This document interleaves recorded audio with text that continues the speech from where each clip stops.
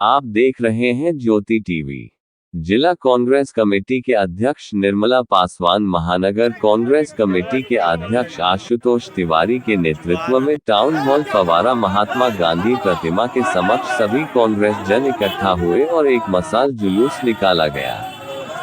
वह इसलिए आज हमारे प्रिय नेता सांसद आदरणीय राहुल गांधी जी मणिपुर से भारत जोड़ो में यात्रा निकाली है। उनके समर्थन में पूरे देश में मशाल जुलूस का आगाज किया गया है। अगर इंडिया गठबंधन सत्ता में आती है तो प्रधानमंत्री कौन होगा? देखिए, चुने हुए प्रतिनिधियों द्वारा नेता का चयन होता है। क्योंकि हमारे दल अलायंस में 28 पार्टियां हैं, सभी अपने प्रदर्शन अच्छा करने का प्रयास करेंगे। जो सीटें मिलेंगी उससे वो लड़ेंगे और जिसकी संख्या अच्छी होगी वही नेता होगा। और ये निश्चित रूप से अलायंस ने तो खड़गे जी का नाम आगे किया है। ममता जी ने किया है। राहुल गांधी जी नहीं होंगे पीएम? देखिए, हमारे नेता ने कभी भी पीएम बनने की इच्छा ही नहीं जाहिर की है।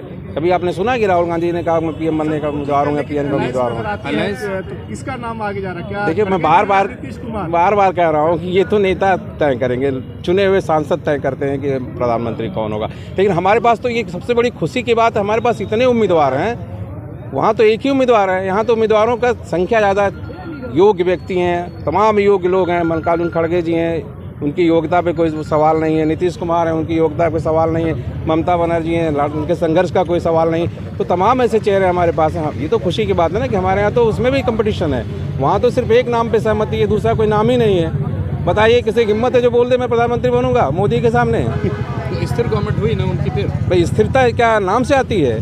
स्थिरता उसके कार्य से आती है। प्रधानमंत्री का चेहरा तो या फिर उसके बाद हिटलरशाही है, या उसको आप हिटलरशाही कहते हैं या आप स्थिरता कहते हैं। मैं तो हिटलरशाही कहूँगा कि वहाँ पे तो हिम्मत नहीं नाम लेने की। तो ये तो डर है ना, स्थिरता नहीं है, ये डर है। उत्तर प्रदेश में आगामी चुनाव में कितनी सीटों से आप लड़ेंगे? नहीं, सीटें तो अभी तय हो रही हैं। सीटें शेयरिंग पे लगातार चर्चाएं हो रही हैं। 1-2 दिन के अंदर आपको पता चल जाएगा कि कौन सी पार्टी कितने सीटों की लड़ेगी। बस जस्ट 2-1 दिन के अंदर ये सब तय होने जा रहा है। बहुत बड़ा राज्य है जिसको लेकर किया जा रहा है, तो घमासान तो मची रहेगी। कितनी सीटों पे लेकर लड़ेंगी? नहीं, देखिए, हमने पहले भी कहा है कि सीटों का तय करना एक हमारी एक कमेटी बना दी है। हमारे नेता राहुल जी ने, मल्लिकार्जुन खड़गे जी ने एक कमेटी बना दी है जिसमें मुकुल वासनिक चेयरमैन है। वो लगातार सभी दलों से जो इस गठबंधन में शामिल है उनसे लगातार रोज़ चर्चा कर रहे हैं और सीटों का बंटवारा तय हो रहा है। और ये बहुत जल्द आप देखेंगे, ये क्या 2 दिन में उत्तर प्रदेश में ये तय हो जाएगा कि कितने सीटों पर हम लड़ने जा रहे हैं। समाजवादी पार्टी बोलती है हम बड़े हैं। देखिए, कांग्रेस नेशनल पार्टी है, तो किसको ज़्यादा सीटें दी जाएंगी? देखिए, राजनीति में हर प्रदेश की स्थितियां अलग अलग हैं। निश्चित रूप से कांग्रेस एक राष्ट्रीय पार्टी है और कांग्रेस सबसे बड़ा दल है इस समझौते का। तो बड़ा भाई की हैसियत में तो कांग्रेस ही है। उत्तर प्रदेश में परिस्थितियां थोड़ी अलग है।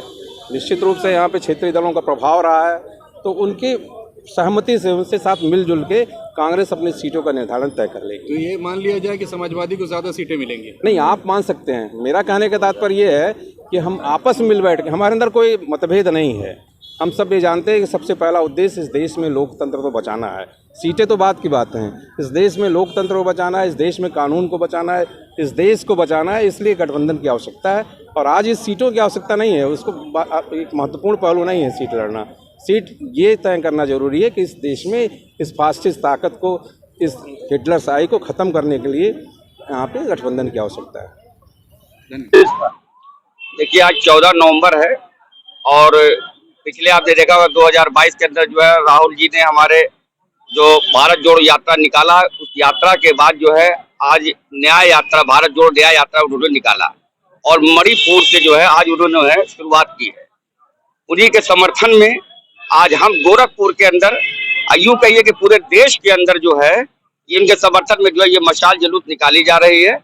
और अपार जनसमूह जो है इस जो है कार्यक्रम के अंदर जो है, जो बाहर के भी लोग हैं, कांग्रेस के जो लोग हैं वो तो अलग हैं, वो लोग भी जो है इस चीज को देख रहे हैं और बहुत उससे जो है इसको भाप रहे हैं कि जो हालात आज के देश के अंदर है, पहले तो भारत जोड़ो यात्रा, अब न्याय यात्रा। मणिपुर में जो घटनाएं घटी हैं बहुत ही दुखदायी है। पूरा देश जानता है, पूरा प्रदेश जानता है, लोग जान रहे हैं। तो राहुल गांधी ने जो निश्चय किया है, जो निर्णय लिया है, वो बहुत ही निर्णायक निर्णय है। ये 6200 किलोमीटर ये यात्रा जो है उनकी आज से शुरुआत हुई है। फैला हुआ है, मोहब्बत की कमी हुई है, तो राहुल गांधी जी पूरे देश में मोहब्बत का पैगाम लेके चल रहे हैं। आपने पहले देखा होगा कि मणिपुर में एक महिला के साथ कितना निर्मम उसके साथ अत्याचार हुआ, उसके साथ बलात्कार हुआ। तो हम इस यात्रा के माध्यम, इस मशाल जुलूस के माध्यम से ये कहना चाहते हैं कि राहुल जी का संदेश जो है वो पूरे देश में फैले और देश में जो मोहब्बत का पैगाम पहुंचे, कोई भी किसी से हिंसा ना करे, सभी एक दूसरे से भाईचारा करें। मेरा यही कहना है इस मशाल जुलूस के माध्यम से, और राहुल जी का भी हमारे यही कहना है।